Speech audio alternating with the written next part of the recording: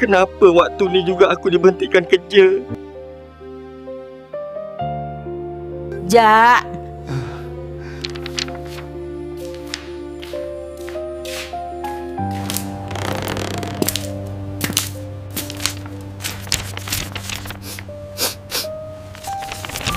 Jak, surat apa tu? Tak ada apa, Mak. Jak, Mak mengidam nak makan chicken chop. Boleh belikan, Mak? Boleh, Mak. Jangan lupa sos cili. Baik, Mak.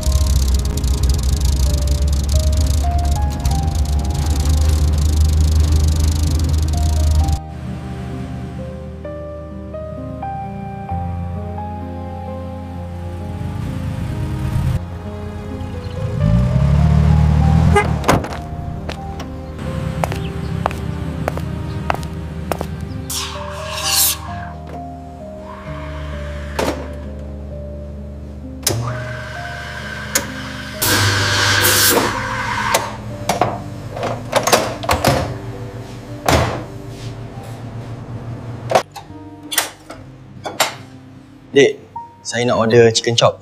Okey bang, macam biasa, extra sos cili kan? Hari-hari chicken chop abang order ya? Mak abang mengidam nak makan. Wow. Mengidam hari-hari ya bang? 10 minit ya bang? Okey, saya tunggu.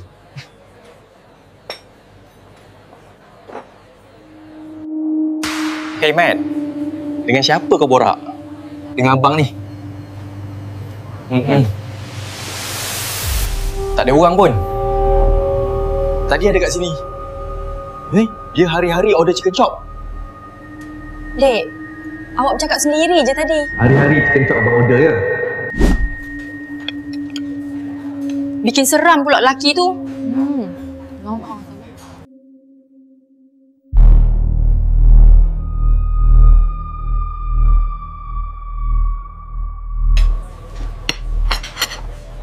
Kau tak makan? Dah order chicken chop.